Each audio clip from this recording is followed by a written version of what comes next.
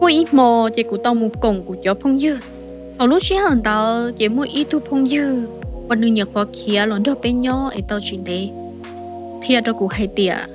Nương mua tỏ ít luôn chìm em nương mua bỏ của tụi cú bỏ nè.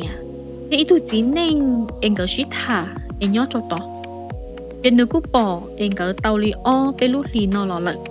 Tí li thầu ở nương kia lón cho bên nhau họ Fresno em mua tòn chìm. Em nương nhật khó bao tao hai tia. Tu bao nia, tu bao nia, ấy giờ tu anh bỏ nhớ cho toàn chim, em cho ít tu gì nên em xí thả em nhớ cho toàn, em mua kia video anh tao nhớ thành cái em cho cụ sai, cụ lúc xưa thì bông thả em chỉ bỏ cá hay để ở xa đi chả ta, cụ phong hiện đó em cụ tao cho cụ nhớ em để lòng, em mi khi em dùng giả li cụ lúc xưa em chia, em xem cái cho lợn. Để cụ thể làm mà lo một chuyện.